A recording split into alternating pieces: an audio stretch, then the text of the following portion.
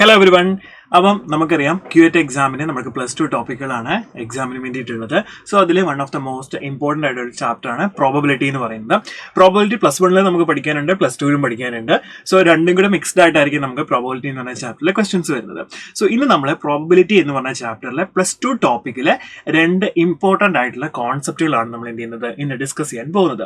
Then അത് relate ചെയ്തുള്ള പ്രോബ്ലംസും. അപ്പം ക്വസ്റ്റ്യൻസ് അത് വെച്ച് ചോദിക്കുന്നതാണ്. സോ നമുക്ക് എന്ത് ചെയ്യാം, ആ രണ്ട് കോൺസെപ്റ്റിൽ ഏതൊക്കെയാണെന്ന് നോക്കാം. സോ അതിൽ ഫസ്റ്റ് നമ്മൾ നോക്കാൻ പോകുന്നത് എന്താണെന്ന് നോക്കിയേ, theorem of total probability and base theorem. അപ്പൊ ടോട്ടൽ പ്രോബബിലിറ്റി തിയറം അതുപോലെ തന്നെ ബേസ് തിയറം വെച്ച് എന്ത് ചെയ്യുന്നുണ്ട്, ക്വസ്റ്റ്യൻസ് ചോദിക്കുന്നുണ്ട്. അപ്പൊ എന്താണ് ടോട്ടൽ പ്രോബബിലിറ്റി തിയറം അല്ലെങ്കിൽ എന്താണ് ബേസ് തിയറം എന്നുള്ളത് നമ്മൾ എന്ത് ചെയ്യാൻ പോവാണ്, ഡീറ്റെയിൽ ആയിട്ട് നോക്കാനായിട്ട് പോവാണ്. ഓക്കെ, സോ അപ്പൊ നമ്മളിവിടെ ഫോർമുലാസോ കാര്യങ്ങളോ ഒന്നും പഠിക്കേണ്ട, കോൺസെപ്റ്റ് നല്ല വൃത്തിക്ക് നമുക്ക് അറിയാമെന്നുണ്ടെങ്കിൽ ഈസി ആയിട്ട് നമുക്ക് എന്ത് ചെയ്യാൻ പറ്റും, ഇതിനകത്തെ പ്രോബ്ലംസ് ചെയ്യാനായിട്ട് പറ്റും. സോ നമുക്ക് ആദ്യം എന്ത് ചെയ്യാം, നമുക്ക് ഇതിലെ കോൺസെപ്റ്റിലേക്ക് കിടക്കാം. സോ ഓക്കെ, അപ്പൊ ആദ്യം ഞാൻ എക്സ്പ്ലെയിൻ ചെയ്യാനായിട്ട് പോവുകയാണ്. അപ്പൊ നോക്കിയേ, തിയറം ഓഫ് ടോട്ടൽ പ്രോബബിലിറ്റി ആണ് ഞാൻ എന്ത് ചെയ്യുന്നത് ആദ്യം പറയാൻ പോകുന്നത്. സോ അപ്പൊ ഞാനൊരു എക്സാമ്പിൾ വെച്ച് സ്റ്റാർട്ട് ചെയ്യാം. സോ നോക്കിക്കേ, ഞാനിവിടെ ഒരു 3 ക്ലാസ് റൂമുകളെ കൺസിഡർ ചെയ്യുകയാണ്. ഓക്കെ, ഇത് നമ്മുടെ ഫസ്റ്റ് ക്ലാസ് റൂം, ഇത് സെക്കൻഡ് ക്ലാസ് റൂം, ദെൻ അടുത്ത തേർഡ് ക്ലാസ് റൂം.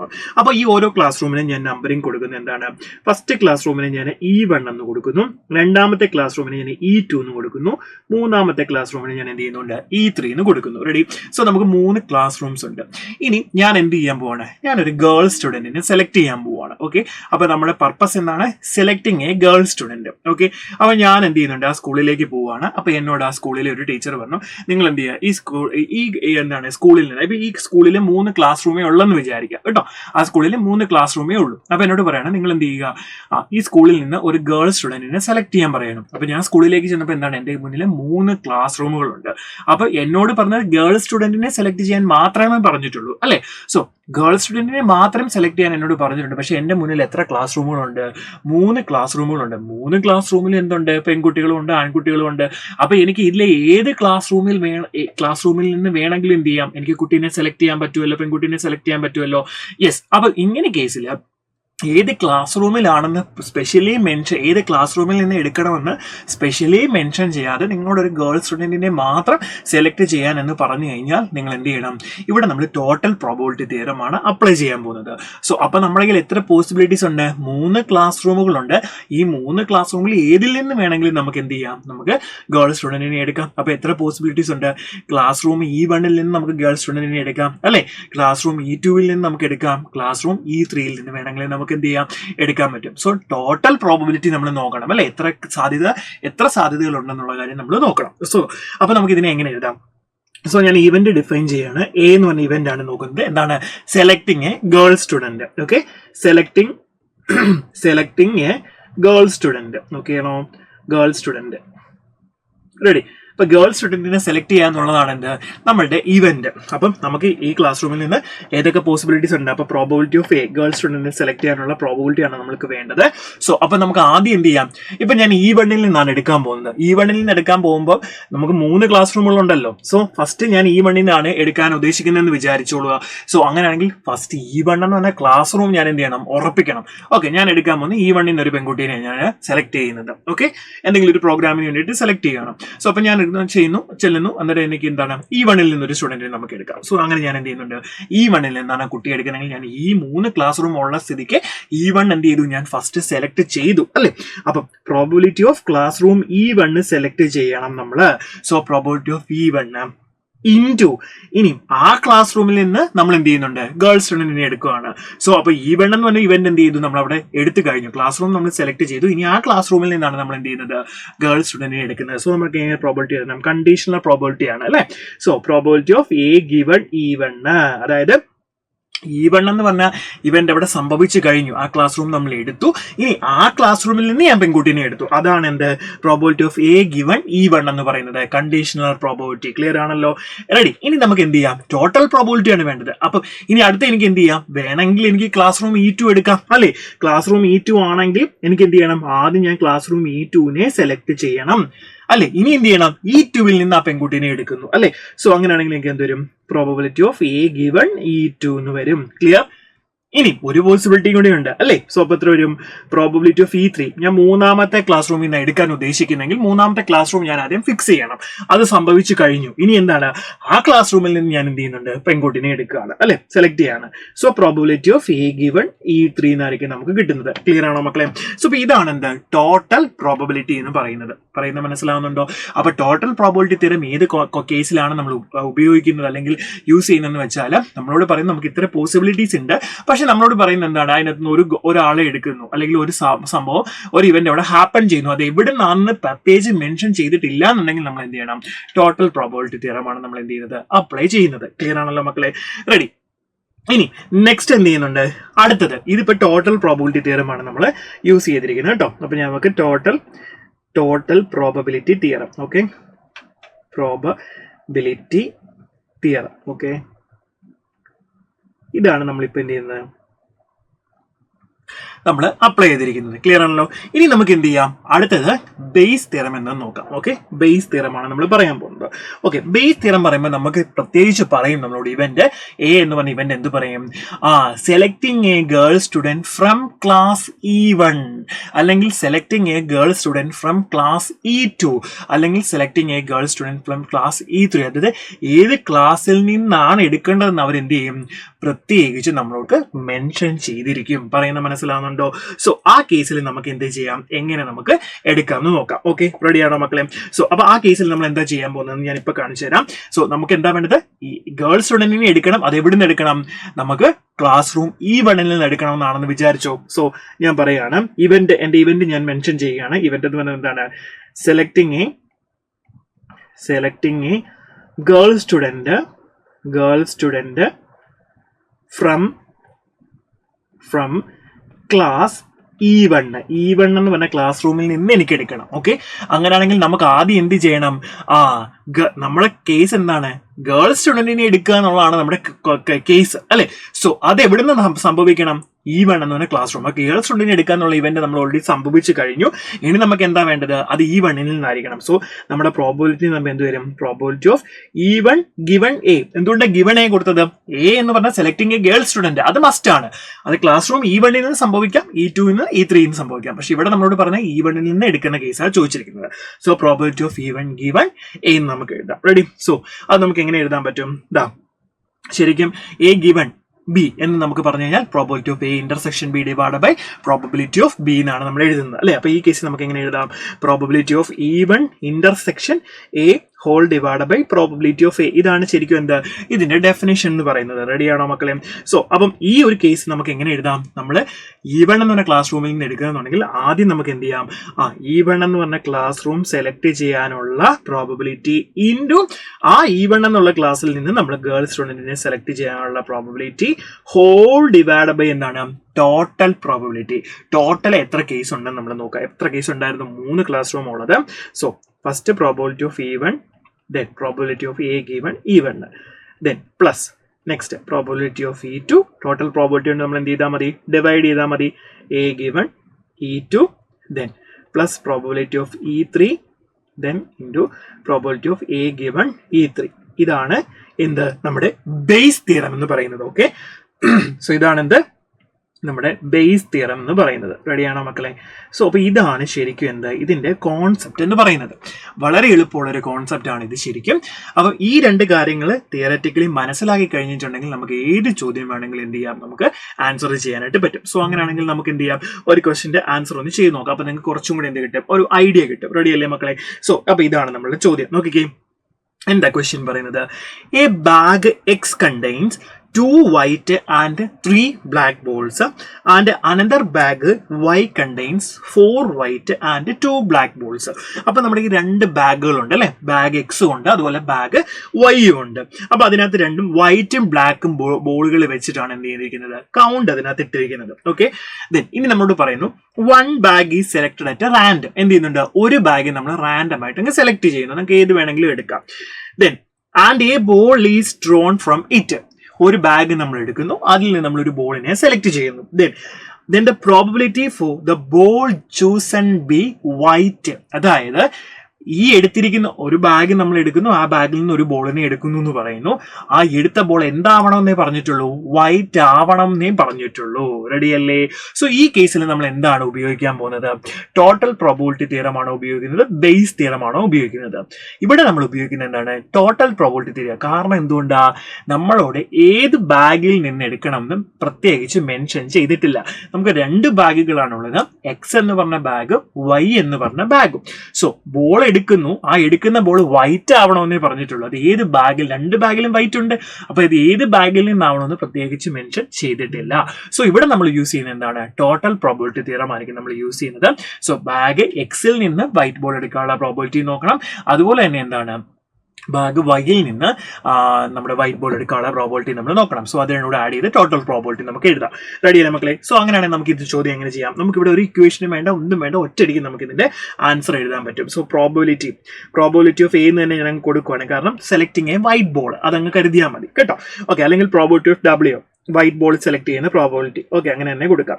സോ അപ്പൊ നമുക്ക് എന്താ വേണ്ടത്? ഇവിടെ പ്രത്യേകിച്ച് ഒരു കാര്യം ശ്രദ്ധിക്കണം. സെലക്ടിങ് എ വൈറ്റ് ബോൾ എന്ന് പറയുമ്പോൾ നമുക്ക് 2 ബാഗുകളുണ്ട് അല്ലെ? ബാഗ് എക്സും ഉണ്ട്, അതുപോലെ തന്നെ എന്തുണ്ട്? ബാഗ് വൈയും ഉണ്ട് നമ്മുടെ കയ്യിൽ. അപ്പൊ 2 ബാഗ് ഉള്ളപ്പോൾ നമ്മൾ ബാഗ് എക്സ് ആദ്യം എടുക്കുകയാണെങ്കിൽ 2 ബാഗിൽ ഒരു ബാഗ് എടുക്കാനുള്ള പ്രോബബിലിറ്റി എത്ര വരും? 1/2 വരും. ഓക്കെ, അപ്പൊ ബാഗ് എക്സ് സെലക്ട് ചെയ്യാനുള്ള പ്രോബബിലിറ്റി എന്ന് പറഞ്ഞാൽ എത്ര കിട്ടും?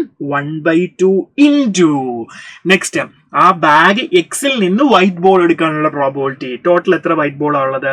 2 വൈറ്റ് ബോൾ ഉള്ളത്. ടോട്ടൽ ബോൾ 5 എണ്ണം ഉണ്ട്. 2, 3, 5 എണ്ണമാണ് എക്സിനകത്തുള്ളത്. 5-ൽ 2 എണ്ണം എന്താണ്? വൈറ്റ് ആണ്. സോ 2/5 പ്ലസ് ഇനി അടുത്തത് വൈ എന്ന് പറഞ്ഞ ബാഗ് എടുക്കാനുള്ള പ്രോബിലിറ്റി. ഇപ്പൊ നമ്മൾ ക്ലാസ് റൂം എടുക്കുന്ന കേസ് പറഞ്ഞില്ലേ? ഓക്കെ, സോ അപ്പൊ വൈ എന്ന് പറഞ്ഞ ബാഗ് എടുക്കാനുള്ള പ്രോബിലിറ്റി എത്ര തന്നെ വരും? 1/2. കാരണം 2 ബാഗല്ലേ ഉള്ളൂ. അപ്പം വൈ എടുക്കാനുള്ള പ്രോബിലിറ്റി 1/2. ഇനി നമ്മൾ എന്ത് വേണം? വൈ എന്ന് പറഞ്ഞ ബാഗിൽ നിന്ന് വൈറ്റ് എടുക്കാനുള്ള പ്രോബിലിറ്റി അത് എത്ര വരും? നമുക്കറിയാം 4 വൈറ്റ് ആണുള്ളത്. ടോട്ടൽ 6 ബോളാണ് നമ്മുടെ കയ്യിലുള്ളത്. സോ 4/6 വരും. അത് നമുക്ക് 2/3 എന്ന് എഴുതാം. ഓക്കെ, സോ നമുക്ക് എത്ര കിട്ടും? 2/3 എന്ന് കിട്ടും. ഇനി ഇത് നിങ്ങൾ സോൾവ് ചെയ്ത് കഴിഞ്ഞാൽ നമുക്ക് ഫൈനൽ ആൻസർ എന്ത് കിട്ടും? 8/15 ആയിരിക്കും നമുക്ക് കിട്ടാൻ പോകുന്നത്. സോ 8/15 ആയിരിക്കും നമ്മുടെ final answer. Option C is the right answer. Clear ആണോ? എളുപ്പമല്ലേ? നമുക്ക് വളരെ എളുപ്പത്തിൽ ചെയ്യാൻ പറ്റും. സോ നമുക്ക് ഇനി എന്ത് ചെയ്യാം? അടുത്ത ചോദ്യത്തിലേക്ക് പോകാം. നെക്സ്റ്റ് ക്വസ്റ്റ്യൻ നോക്കിക്കാം മക്കളെ. ഇതാണ് നമ്മുടെ അടുത്ത ചോദ്യം. എന്താ പറയുന്നത്? A bag contains 2 white and 3 red balls and bag B contains 4 white and 5 red balls. Okay, ഇപ്പൊ ഇവിടെയും നമുക്ക് 2 ബാഗുകളാണുള്ളത്. ബാഗ് എയും ഉണ്ട്, അതേപോലെ തന്നെ ബാഗ് ബിയും ഉണ്ട്. അപ്പൊ റെഡും വൈറ്റ് ബോൾസും ആണ് നമ്മുടെ കയ്യിൽ എന്തുണ്ട്? ഇതിനകത്തുള്ളത്. ഓക്കെ, ഇനി എന്താ പറയുന്നത്? 1 ball is drawn at random from a randomly chosen bag and it is found to be red. അപ്പൊ എന്താണ്? ഒരു ബാഗ് നമ്മൾ എന്ത് ചെയ്യുന്നുണ്ട്? സെലക്ട് ചെയ്യുന്നു. അതിൽ നിന്ന് ഒരു ബോൾ നമ്മൾ എടുക്കുന്നു. ആ എടുക്കുന്ന ബോൾ എന്താണ്? റെഡ് ആവണമെന്ന് നമ്മളോട് പറഞ്ഞിരിക്കുന്നു. ഇനി നമുക്ക് കണ്ടുപിടിക്കേണ്ട എന്താണ്? The probability that it was drawn from bag B. ഏത് ബാഗിൽ നിന്നാണ് നമ്മൾ അത് എടുക്കേണ്ടത് എന്ന് പ്രത്യേകിച്ച് അവിടെ മെൻഷൻ ചെയ്തിട്ടുണ്ട്. സോ അങ്ങനെ ചെയ്തിട്ടുണ്ടെങ്കിൽ അവിടെ നമ്മൾ ഏത് തിയറമാണ് യൂസ് ചെയ്യുന്നത്? ബേസ് തിയറമായിരിക്കണം നമ്മൾ ഉപയോഗിക്കേണ്ടത്. ക്ലിയർ ആണോ? റെഡി. സോ അങ്ങനെയാണെങ്കിൽ നമുക്ക് ബേസ് തിയറം എങ്ങനെ ഉപയോഗിക്കുന്നത്? അപ്പൊ ആദ്യം നമ്മളോട് ചോദിച്ചിരിക്കുന്നത് എന്താണ്? റെഡ് ബോൾ ആയിരിക്കണം നമ്മൾ എടുക്കേണ്ടത്. അത് എവിടെ നിന്ന് എടുക്കണം? ബാഗ് ബിയിൽ നിന്ന് എടുക്കണം. ഓക്കെ, സോ അപ്പൊ നമുക്ക് പ്രോബബിലിറ്റി ഓഫ് റെഡ് ബോൾ ആണ് എടുക്കേണ്ടത്. അത് ബാഗ് ബിയിൽ നിന്ന് എടുക്കണം. ഓക്കെ, അപ്പൊ പ്രോബബിലിറ്റി ഓഫ് ബാഗ് ബിയിൽ നിന്ന് എന്തെടുക്കണം? നമ്മൾ റെഡ് ബോൾ എടുക്കണം. സോ റെഡ് ബോൾ എടുക്കുക എന്നുള്ളതാണ് നമ്മുടെ കേസ്. സോ അത് ബാഗ് ബിയിൽ നിന്ന് ആവണം. ഓക്കെ, അതുകൊണ്ടാണ് പ്രോബബിലിറ്റി ഓഫ് ബി ഗിവൻ ആറിനാണ് ഇരിക്കുന്നത്. അതൊന്നും കാര്യമില്ല. നമുക്ക് ഉത്തരം ഉത്തരം നമുക്ക് ഡയറക്റ്റ് എഴുതാനായിട്ട് പറ്റും. Okay, ready. സോ അപ്പൊ നമുക്ക് എന്ത് ചെയ്യാൻ പറ്റും? നമുക്കറിയാം 2 ബാഗുള്ള സ്ഥിതിക്ക് ബാഗ് ബി സെലക്ട് ചെയ്യാനുള്ള പ്രോബബിലിറ്റി എന്തായിരിക്കും? ബാഗ് ബി സെലക്ട് ചെയ്യാനുള്ള പ്രോബബിലിറ്റി 1/2 ഇൻറ്റു ബാഗ് ബിയിൽ നിന്ന് റെഡ് എടുക്കാനുള്ള പ്രോബബിലിറ്റി എന്ത് വരും? ബാഗ് ബിയിൽ എത്ര റെഡ് ഉണ്ടെന്ന് നോക്കിയേ. 4 വൈറ്റും 5 റെഡും ഉള്ളതുകൊണ്ട് 5/9 അല്ലെ? 5/9 വരും. 5/9 whole divide by total probability.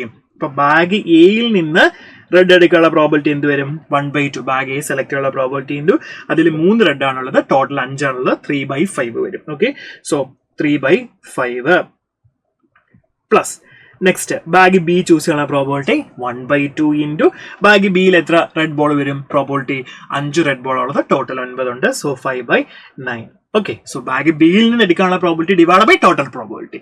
Total probability തരുവാണെങ്കിൽ ടോട്ടൽ പ്രോബിലിറ്റി മാത്രം എഴുതിയാൽ മതി. ബേസ് തരം വന്നാൽ എന്തിൽ നിന്ന് എടുക്കുന്നു അത് divide by total probability. Ready അല്ലേ? സോ അപ്പോൾ ഇത് സോൾവ് ചെയ്താൽ നമുക്ക് ഫൈനൽ ആൻസർ കിട്ടും. ഇതിന്റെ ആൻസർ വരുന്നത് 25/52 എന്നായിരിക്കും നിങ്ങൾ സോൾവ് ചെയ്ത് നമുക്ക് കിട്ടുന്നത്. ഓപ്ഷൻ ഡി ആയിരിക്കും ഇതിന്റെ ഫൈനൽ ആൻസർ. റെഡി അല്ലേ? നമുക്ക് ഒരു 2 ചോദ്യം കൂടെ നമുക്ക് നോക്കാം. സോ ഇത് നോക്കി, അടുത്ത ക്വസ്റ്റ്യൻ നോക്കിയാൽ മകളെ എന്താ വരുന്നത്? ഈ bag contains 4 green and 3 red balls. Bag B contains 4 red, 3 green balls. One bag is taken at random and a ball is drawn and is noted it is green. Okay, നമ്മുടെ ഇവിടെയും 2 bag നമുക്കുണ്ട്. അതിൽ നിന്ന് ഒരു ബാഗിൽ നിന്ന് നമ്മളൊരു ബോളിനെ എടുക്കുന്നു. ഒരു ബാഗ് നിങ്ങൾ സെലക്ട് ചെയ്യുന്നു, അതിൽ നിന്ന് നിങ്ങൾ ഒരു ബോൾ എടുക്കുന്നു. ആ എടുത്ത ബോൾ എന്താണ് പറയുന്നത്? ഗ്രീൻ ആണെന്ന് പറഞ്ഞിരിക്കുന്നു.